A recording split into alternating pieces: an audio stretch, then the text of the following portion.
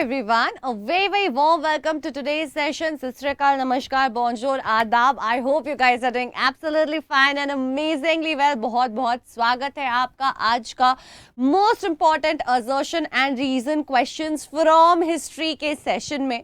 With me Ankana, your expert for social sciences at Imbibe. Now guys, assertion reason is one of the topics, one of the type of questions which is most dreaded by us. इतनी confusion होती है और कई बार valid explanation भी नहीं होता है, but होता है, जवाब ऐसा ही होता है. तो इसीलिए हमने सोचा कि एक dedicated session हर एक subject से, from social science, history, political science, geography, economics, we will practice these questions because as we have already seen in the sample paper, जैसे कि हम sample paper में already देख चुके हैं, हमें ये समझ आ गया है कि assertion reason तो एक तो आना ही है, एक या दो, एक नंबर के क्वेश्चन में मल्टीपल चॉइस वाले सेक्शन में, सेक्शन ए में it is going to appear.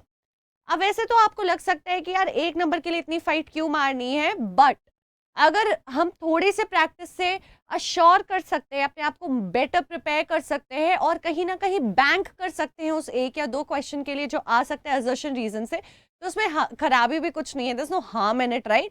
So on that note, let's get started and try to secure this 1 mark that will fall under our pocket. तो हमने 3 chapters आपके लिए हैं based on what we have already covered over here on the channel.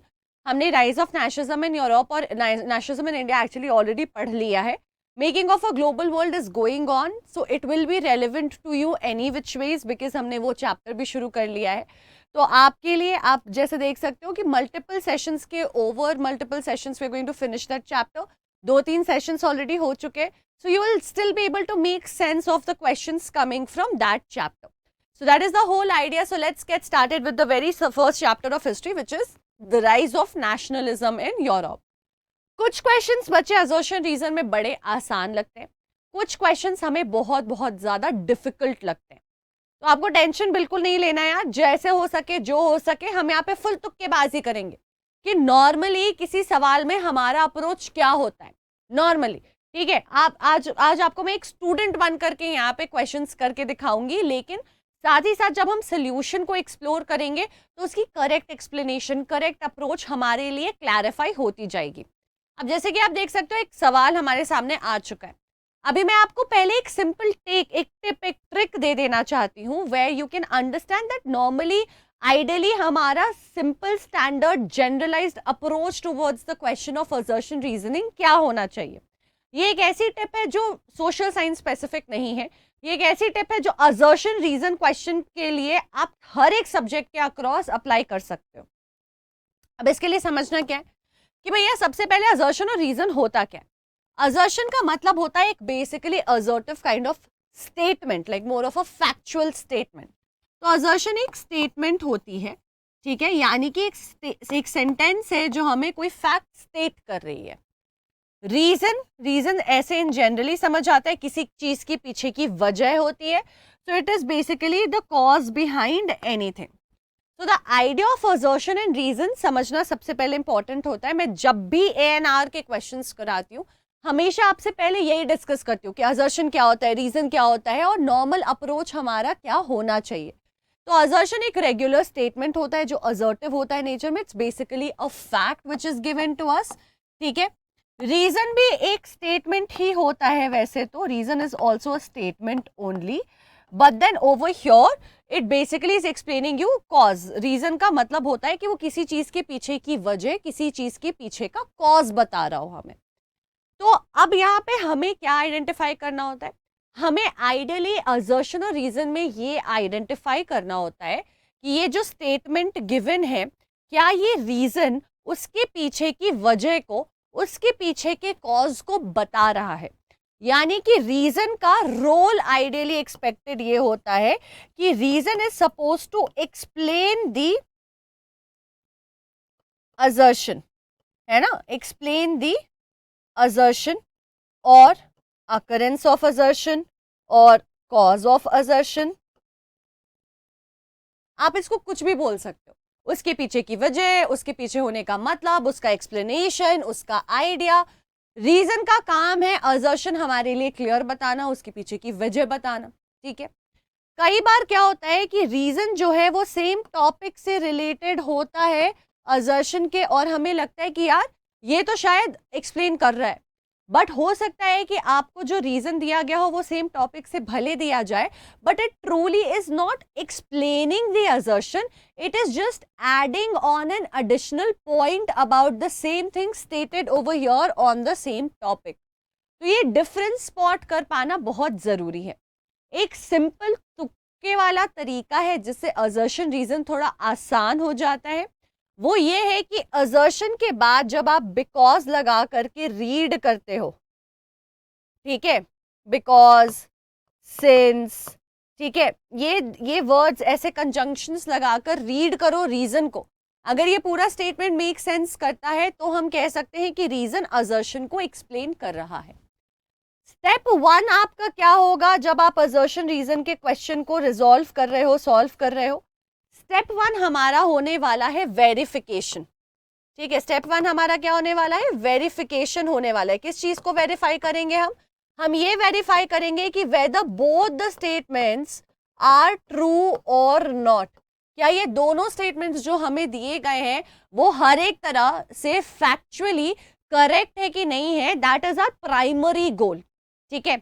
Why am I saying this? It saves a lot of time, because a lot of times क्या होता है, assertion reason पढ़ते हैं, हम ये फिगर आउट करने लगते हैं कि रीजन असर्शन को एक्सप्लेन कर भी रहा है या नहीं, फिर फिगर आउट करते हैं कि हाँ कर रहा है या नहीं कर रहा है, लेकिन ये भूल जाते हैं कि दोनों में से ट्रू और फॉल्स का भी चेक करना है हमें, क्योंकि वो भी ऑप्शन हमेशा एग्जिस्ट करती है। अगर इन दोनों में से कोई भी फॉल्स निकल जाता है तो आपका जवाब यहीं पे आपको मिल जाएगा, इसमें आपको इंडल्ज करने की जरूरत नहीं है, and that is how you will save time.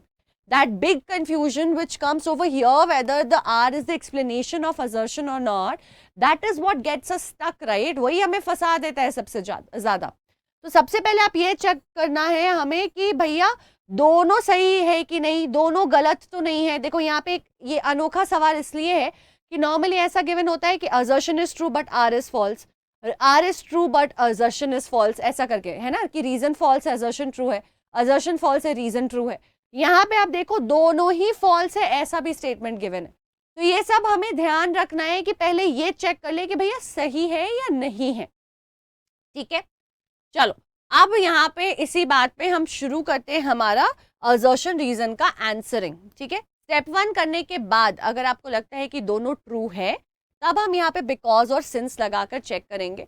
कई बार even if it's not making sense exactly in grammatical terms, तो भी हो सकता है कि रीजन एक्सप्लेनेशन हो। कई जगह हमें हमारा इंट्यूशन, हमारे गट फीलिंग को ही बिलीव करना होता है, हमारे अंडरस्टैंडिंग को बिलीव करना होता है, एक जनरलाइज फॉर्मूला नहीं है।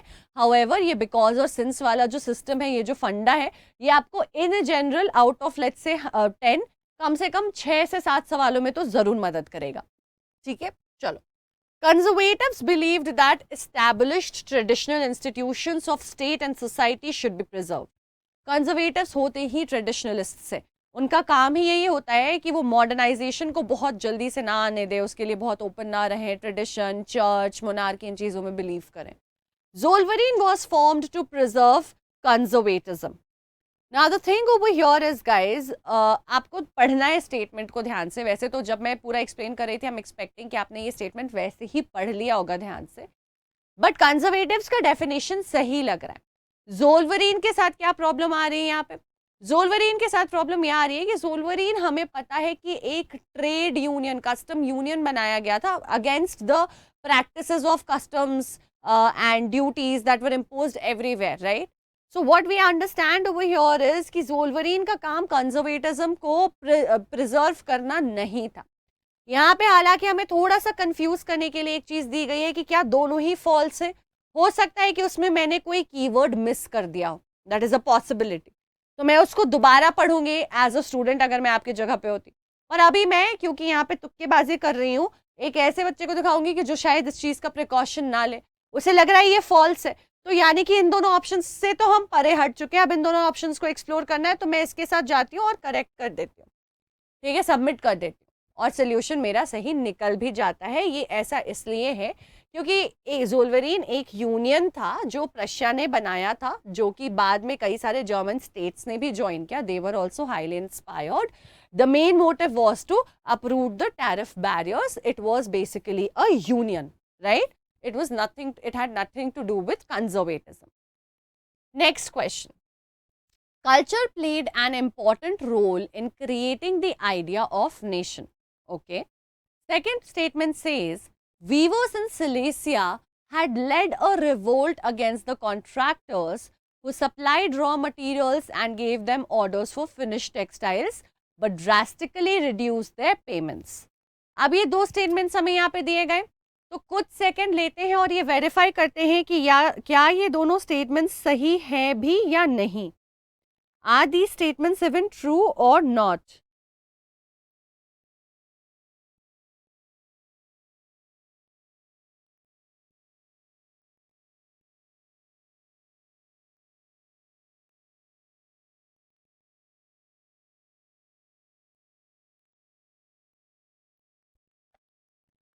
तो पहला स्टेटमेंट कह रहा है कि कल्चर बहुत इंपॉर्टेंट था, कहीं ना कहीं रोमांटिसिज्म की याद आ रही है मुझे.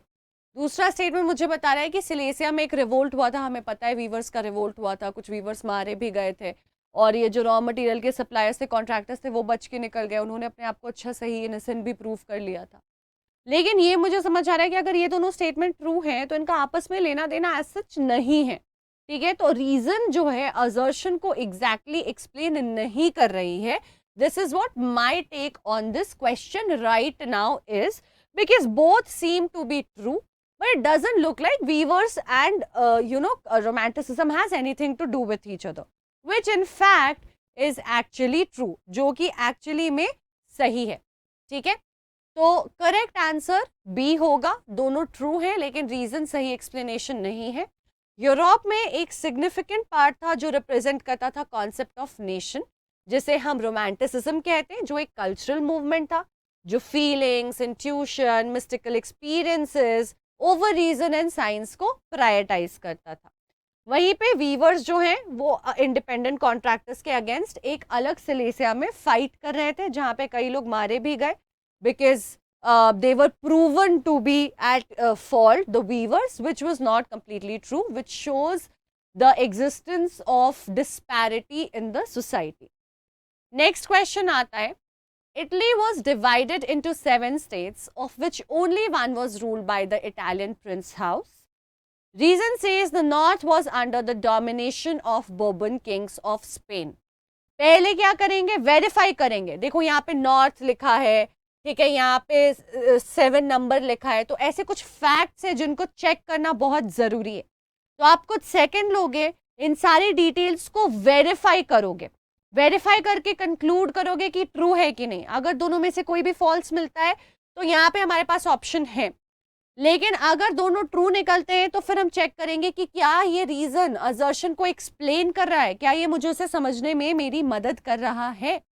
So let's take 30 seconds, let's take 20-30 seconds and then figure this out.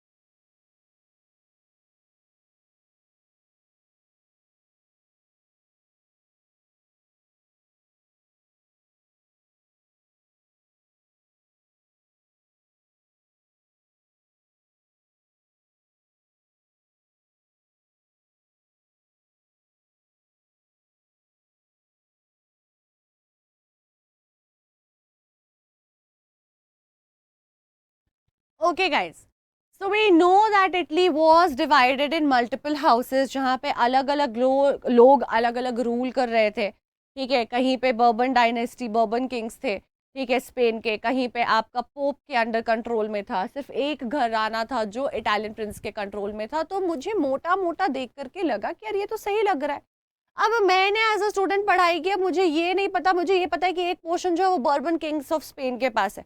अब वो नॉर्थ था कि साउथ था मुझे याद नहीं आ रहा है, तो मैं तुक्का लगाती हूँ कि ये ट्रू होगा। अब ये दोनों ट्रू है, अब ये दोनों ट्रू है, तो ये कह रहा है कि Italy was divided in 7 states, of which only one was ruled by an Italian prince house because or since the north was under the domination of Bourbon kings of Spain. तो ये इसके पीछे की वजह नहीं लग रहा है, एडिशनल इंफॉर्मेशन जैसा दिख रहा है मुझे एट प्रेजेंट। हो सकता है ये गलत भी हो सकता है दोनों सही भी हो, लेकिन अगर दोनों सही है तो मुझे ऐसा लगता है कि सेकेंड वाला statement is not the correct explanation of the first one. अब क्या है, अब देखो यहाँ पे गड़बड़ी क्या हो गई। Why do I keep emphasizing over the fact that we have to verify both the statements very very thoroughly? तो जैसे मैंने आपको बोला, आपको समझ आएगा कि क्यों ये सारे डिटेल्स बहुत इंपॉर्टेंट है। मैंने यहाँ पे आपको बोला था ना कि the north was under the domination of bourbon kings of Spain. मुझे नहीं पता एज अ स्टूडेंट, हो सकता है कि मैं इसको ऊपर से पढ़ लूँ और ये नॉर्थ पे ध्यान ना दूँ, और इस चक्कर में क्या हो जाएगा, मेरा आंसर गलत हो जाएगा। अब यहाँ जवाब कहाँ छुपा है, सिंपल है यार कि रीजन में ही गड़बड़ी है। सारा फॉल्ट कहाँ पे है, रीजन में है। रीजन गलत स्टेटमेंट है। तो पहला स्टेटमेंट बिल्कुल सही है कि 7 स्टेट्स में डिवाइडेड था, सिर्फ Sardinia Piedmont was one region जहाँ पे Victor Emmanuel II had control, which was the Italian prince house. North किसके अंडर था, ऑस्ट्रियन हैब्सबर्ग के अंडर था, और सर्दर्न रीजन जो था that was under the Bourbon kings of Spain. This is what teaches me that why I have to verify all the details very thoroughly. इसी के साथ बढ़ते हैं नेक्स्ट क्वेश्चन की तरफ। Germany, Italy and Switzerland were divided into kingdoms, duchies and cantons whose rulers had their autonomous territories. Reason says they were closely bound to each other in spite of their autonomous rule. Now what I am understanding here is कि Germany, Italy और Switzerland का construct कैसा था, कैसे उस वक्त exist करता था, उसके बारे में बताया। यहाँ पे किंगडम्स, डचीज, कैंटन्स, ये वर्ड्स थोड़े टेक्निकल है, थोड़ा सा वेरीफाई करेंगे, और कंट्रीज का नाम वेरीफाई करेंगे जब आप ट्रू और फॉल्स चेक कर रहे हो तब। दूसरा कहता है कि ये दोनों क्लोजली बाउंड थे डिस्पाइट ऑफ द फैक्ट कि ऑटोनॉमस रूल थी। ये पढ़ा भी है कि नहीं, क्या ये मेक सेंस कर भी रहा है कि नहीं, ये वेरीफाई कर लो। अब ये दोनों वेरीफाई करने के बाद मैं मान के चलती हूँ कि ये ट्रू है, ठीक है, टाइम नहीं दे रही हूँ मैं ज़्यादा। मैं कहा यार मुझे श्योरिटी नहीं है, मुझे तो ट्रू ही लग रहा है, तो ट्रू मान लेते हैं। अब देखते हैं। अब यहाँ पे मैं अगर बिकॉज लगाती हूँ तो it wouldn't make a lot of sense, this is an additional information. अगर despite of being autonomous if they were connected with each other, it doesn't explain that they were divided and had autonomous powers. So it clearly says कि भैया दोनों अगर सही है तो reason कैसे explain कर रहा है असर्शन को। रीजन यहाँ पे असर्शन को एक्सप्लेन नहीं कर रहा है, नहीं समझ आ रहा है मेरी बात। पर एक्सप्लेन करने के लिए ये तो जरूरी है ना कि रीजन खुद को पहले एक्सप्लेन करे। सो बच्चों, मॉडर्न स्टेट का कॉन्सेप्ट था। मॉडर्न स्टेट क्या होता है, अलग ऑटोनॉमस सोवरीन कंट्रीज है, बाउंड्रीज डिफाइंड है, अपनी कंट्रीज अलग है, एक दूसरे से लेना देना नहीं है, जिसका जो है रूल वो अपने देश में है, अपनी किंगडम में है, अपने बाउंड्री के विद इन है। So the correct answer will be कि असर्शन ट्रू है, रीजन फॉल्स है। ये बात बिल्कुल सही है कि ये डिवीजन थे, डाइवर्स लोग रहते थे, इसलिए तो नेशन स्टेट की डिमांड शुरू हुई कि लोग आपस में कनेक्ट नहीं कर पा रहे थे, कोई कलेक्टिव आइडेंटिटी शेयर नहीं हो पा रही थी। They spoke different languages and belong to different ethnic groups. They were having no close ties that were binding them. कोई क्लोज टाई नहीं है, कुछ एक दूसरे को बाइंड नहीं कर रहा। ठीक है जी। अगला सवाल, Giuseppe Mazzini worked with the conservatives for the monarchy. Reason says Italy had to continue to be a patchwork of small states and kingdoms. अब गिउसेप माज़नी का नाम आ गया, वो कह रहा है कि कंजर्वेटिव्स के साथ मोनार्की को बचाने के लिए करीब से गिउसेप माज़नी ने काम करा। रीजन कह रहा है कि इटली को कंटिन्यू करना पड़ा पैचवर्क ऑफ स्मॉल स्टेट्स बनकर और किंगडम्स रह करके। अब ये दो डिटेल्स को वेरीफाई करेंगे। तो थोड़ा सा याद करके देखते हैं। गिउसेप माज़नी तो मुझे रिवोल्यूशनरी की तरह याद आते हैं, और एक रिवोल्यूशनरी ऐसा जो सीक्रेट सोसाइटीज फॉर्म कर रहा था। एक रिवोल्यूशनरी जो सीक्रेट सोसाइटीज फॉर्म कर रहा था, वो कंजर्वेटिव्स के साथ क्या कर सकता है? तो मेरा पहला वेरिफिकेशन ट्रू फॉल्स का था, मुझे ये स्टेटमेंट फॉल्स नजर आ रहा है। अभी अभी हमने पढ़ा कि इटली बटा जरूर था, पैचवर्क जैसा था, वैसे तो ऑस्ट्रिया हैब्सबर्ग था, बट वो कंटिन्यू नहीं करता है। तभी तो हम जो है यूनिफिकेशन का पूरा प्रोसेस पढ़ते हैं हमारे दो नेशन का, जर्मनी का और इटली का। तो यहाँ पे क्या हो जा रहा है, यहाँ पे अब हमारे दोनों ही स्टेटमेंट्स हमें गलत नजर आ रहे हैं। तो आपके ऑप्शंस ही आपको कई बार हेल्प करेंगे, है ना। तो मजनी जो है कांस्टेंट अपोजिशन था for monarchy, had a vision for democracy, had a vision for a nation state. Italy had to be forced into a single unified republic within a wider alliance of nations. वो बटा चाहे जैसे भी हो, but माजनी, गिउसेप गारिबाल्डी, Victor Emmanuel, Cavour, इन सारे लोगों ने मिल करके उसको यूनाइट कर दिया था. They brought it together. Assertion. From the very beginning, the French revolutionaries introduced various measures and practices like the idea of la patrie and les citoyens. Reason says this was done to create a sense of collective identity amongst the French people. See, it's talking about from the very beginning, मतलब French revolution की शुरुआत से बात की जा रही है. तो सवाल कह रहा है कि यार एकदम शुरुआत से, जब से फ्रेंच रिवॉल्यूशन शुरू ही हुआ था, अलग अलग तरीके आजमा रहे थे लोग, अलग अलग तरीके आजमा रहे थे, अलग अलग साइंस और सिंबल्स बना रहे थे. तो चैप्टर हमारा शुरू होता है इस नोट पे, जहाँ पे बात करता है French revolution, its effects, the science and the symbols, the hymns that was sung, the songs that was sung, right. और ये चीज़ें क्या करती है, लोगों को साथ में ब्रिंग इट टुगेदर करती है. तो एक रिलेशनशिप फॉर्म हुआ था between the land and the citizens, about the father land and the citizens, like the children of the land. So this, when this says कि from the very beginning, French revolutionaries introduced various measures and practices, जैसे कि idea ला पत्री का, ली सिटियन का, मुझे ये true लगता है. फिर कहता है कि ये किया गया था एक सेंस ऑफ कलेक्टिव आइडेंटिटी बनाने के लिए, यानी कि नेशनलिज्म को प्रमोट करने के लिए, एक नेशन स्टेट की फॉर्मेशन के लिए. ये भी मुझे सही लग रहा है कि यही पर्पस था, मुझे, मेरी अंडरस्टैंडिंग यही है. तो हम ये समझ पा रहे हैं कि यहाँ पे जब आप बिकॉज लगाओगे ना, तो पहली बार out of all these questions reason will make sense for assertion. ये इसके पीछे की वजह बता रहा है. क्यों बनाया फादरलैंड, क्यों बनाया सिटीजन्स का एक कनेक्शन, एक फैमिली जैसा क्यों दर्शाया, ये एक बॉन्डिंग बनाने की कोशिश क्यों की, ताकि एक collective sense of identity build हो सके, लगे कि एक ही परिवार का हिस्सा है. तो पढ़ के देखो. From the very beginning, the French revolutionaries introduced various measures and practices like the idea of a la patrie and the citoyen, because this was done to create a sense of collective identity amongst the French people.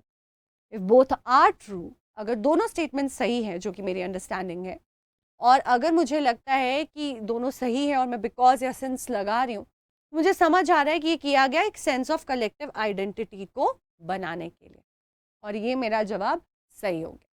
मुझे समझ आता है कि पहला statement सही इसलिए हो जाएगा क्योंकि फ्रेंच रिवॉल्यूशन अपने लोगों को जो है कॉन्स्टिट्यूट कर रहा था जब नेशन, और शेप उसकी डेस्टिनी प्रोक्लेम कर रहा था as its own. From the very beginning, French revolutionaries introduced various measures and practices जो सेंस ऑफ कलेक्टिव आइडेंटिटी को दिखा रही थी, जैसे कि सेंट्रलाइज्ड एडमिनिस्ट्रेटिव सिस्टम, ठीक है, जैसे कि सॉन्ग्स और हाइम्स, जैसे कि उनका ट्राई कलर का फ्लैग, इन सारे साइंस को, सिंबल्स को यूज़ करना, फादर लैंड और सिटीजन का कॉन्सेप्ट को यूज़ करना.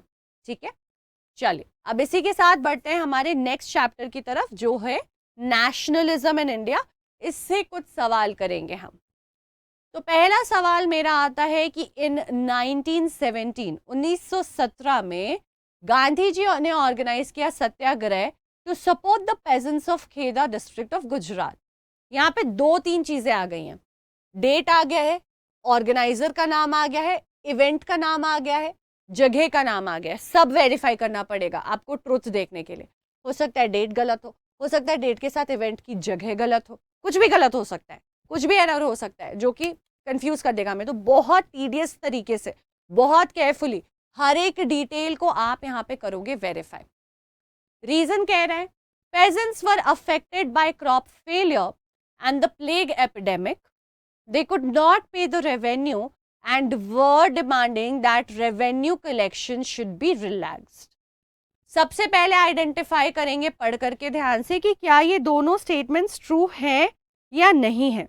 ये हमारा प्राइमरी आइडिया है। सबसे पहले क्या करेंगे, आइडेंटिफाई करेंगे कि दोनों स्टेटमेंट्स ट्रू भी हैं कि नहीं है। तो पहले ये कर लेते हैं। मुझे लगता है 1917 में ही किया था गांधी जी ने खेदा में ऑर्गेनाइज। 1918 में वो अहमदाबाद गए थे, हो सकता है 1918 में खेदा भी गए हो, बट मैं मानती हूँ कि 1917 में गए थे और खेदा में जाकर के उन्होंने पेजेंट्स के साथ ही काम किया था। पेजेंट्स का प्रॉब्लम यही था क्योंकि इंडिगो प्लांटेशन का तो प्रॉब्लम आपका चंपारण डिस्ट्रिक्ट में था। चंपारण वाली चीज़ भी उन्होंने 1917 के स्टार्टिंग में एड्रेस कर ली थी। तो यहाँ पे प्रॉब्लम यही हुआ था कि भैया फर्स्ट वर्ल्ड वॉर, एपिडेमिक, इन सारी चीज़ों की वजह से क्रॉप्स फेलियर हो गया था, वाट लग गई थी, दिक्कत हो रही थी रेवेन्यू देने में। तो दोनों स्टेटमेंट ट्रू तो लग रहे हैं। जब मैं बिकॉज लगाती हूँ यहाँ पे, when I right because over here, I can also see कि इस स्टेटमेंट का एक्सप्लेनेशन यहाँ मिल रहा है कि क्यों किया सत्याग्रह, क्यों किया सपोर्ट, क्योंकि उनको दिक्कत थी, उनके पास पैसे नहीं थे टैक्सेस पे करने के लिए। तो अब मुझे दोनों स्टेटमेंट्स ट्रू लग रहे हैं तो मेरा ए और डी एलिमिनेट हो जाता है। मुझे यहाँ क्लियर इसकी वजह दिख रही है जो असर्शन दिया हुआ है, तो मैं चल दूंगी इसके साथ कि ट्रू तो है ही और रीजन जो है वो करेक्ट एक्सप्लेनेशन भी है। ठीक है, तो आपका क्या हो गया, यहाँ पे ईयर हमारा सही हो गया। इसलिए ईयर्स जो हैं डायरेक्टली पूछे नहीं जाएंगे। जब बच्चे मुझसे पूछते हैं कि मैम क्या ईयर्स याद करना ज़रूरी है, years wouldn't be directly asked to you, right, but कहीं ना कहीं ऐसे रेफरेंसेस मिलेंगे हमें जहाँ पे आपको ईयर लिखा होगा और आपको देखना है कि ये सही लिखा है कि नहीं। अगर मुझे 1917 और 1918 की क्लैरिटी नहीं है तो शायद मैं गलत कर दूँ उसको। अगर वहाँ 1918 लिखा होता और मैं श्योर नहीं होती तो मैं उसको ट्रू मानकर आगे बढ़ जाती। सारे एलिमेंट्स सही होते उस स्टेटमेंट के एक्सेप्ट फॉर द ईयर। तो इसीलिए इन डिटेल्स पे जब आप प्रेप कर रहे हो ध्यान दोगे।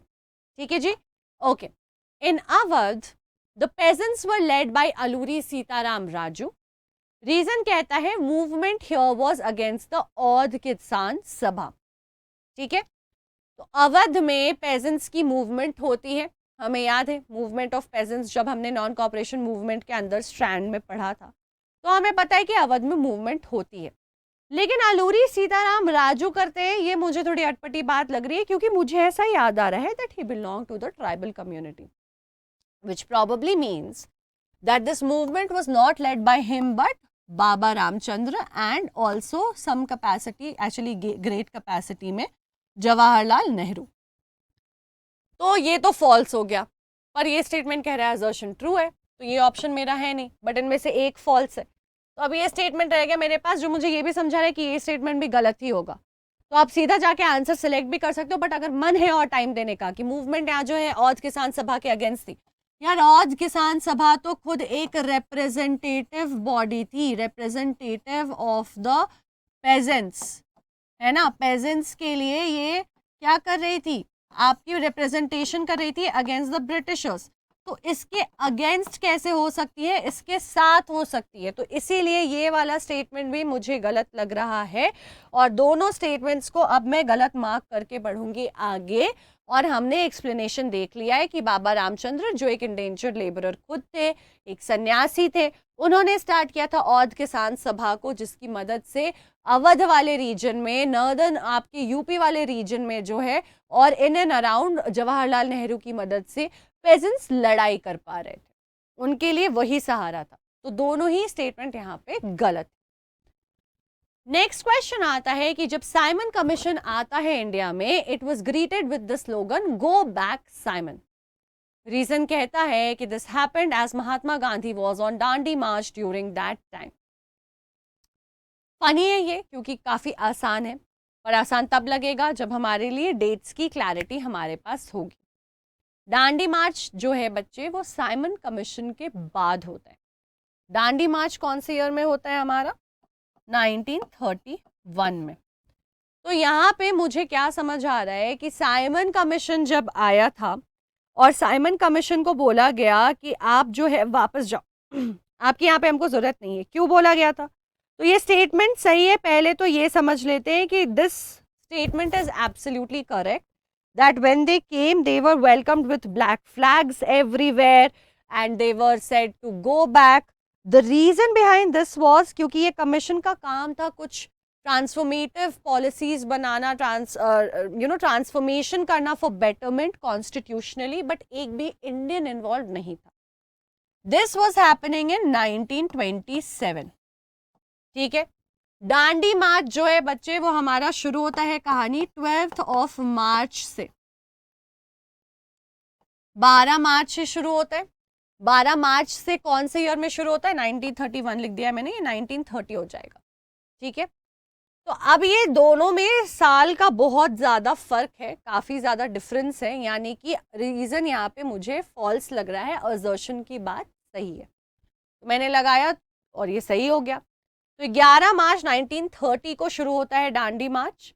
ठीक है. साइमन कमीशन को भगाया जा रहा था क्योंकि सारे ब्रिटिशर्स थे. तो पहला स्टेटमेंट सही, दूसरा स्टेटमेंट गलत. Make sense. Next question.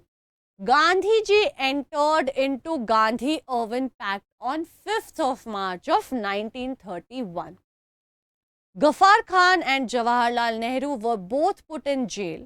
Congress was declared illegal and a series of measures had been imposed to prevent meetings, demonstrations and boycotts. अब ये ट्रिकी क्वेश्चन है. ठीक है. ट्रिकी कैसे है? पहले स्टेटमेंट में एक बहुत मेजर स्पेसिफिक डेट आ गया. मार्च 1931 में पॉसिबिलिटी है कि हो गई होगी पैक्ट साइन, क्योंकि अभी पिछले क्वेश्चन में हमने डिस्कस किया तो 1930 में शुरू हुई थी, एक साल चली थी, फिर कॉल ऑफ हुई थी. उससे हम तुक्का लगा सकते हैं, बट क्या वो 5 मार्च थी? एक ये कन्फ्यूजन हो सकता है. गांधी अर्विन पैक्ट साइन हुई. ये सारे स्टेटमेंट सही हैं कि गफ्फार खान को भी पकड़ लिया, जवाहरलाल नेहरू को भी पकड़ लिया, गांधी जी को भी पकड़ लिया था. ठीक है. कांग्रेस को इलीगल बना दिया था. ये सब सही है.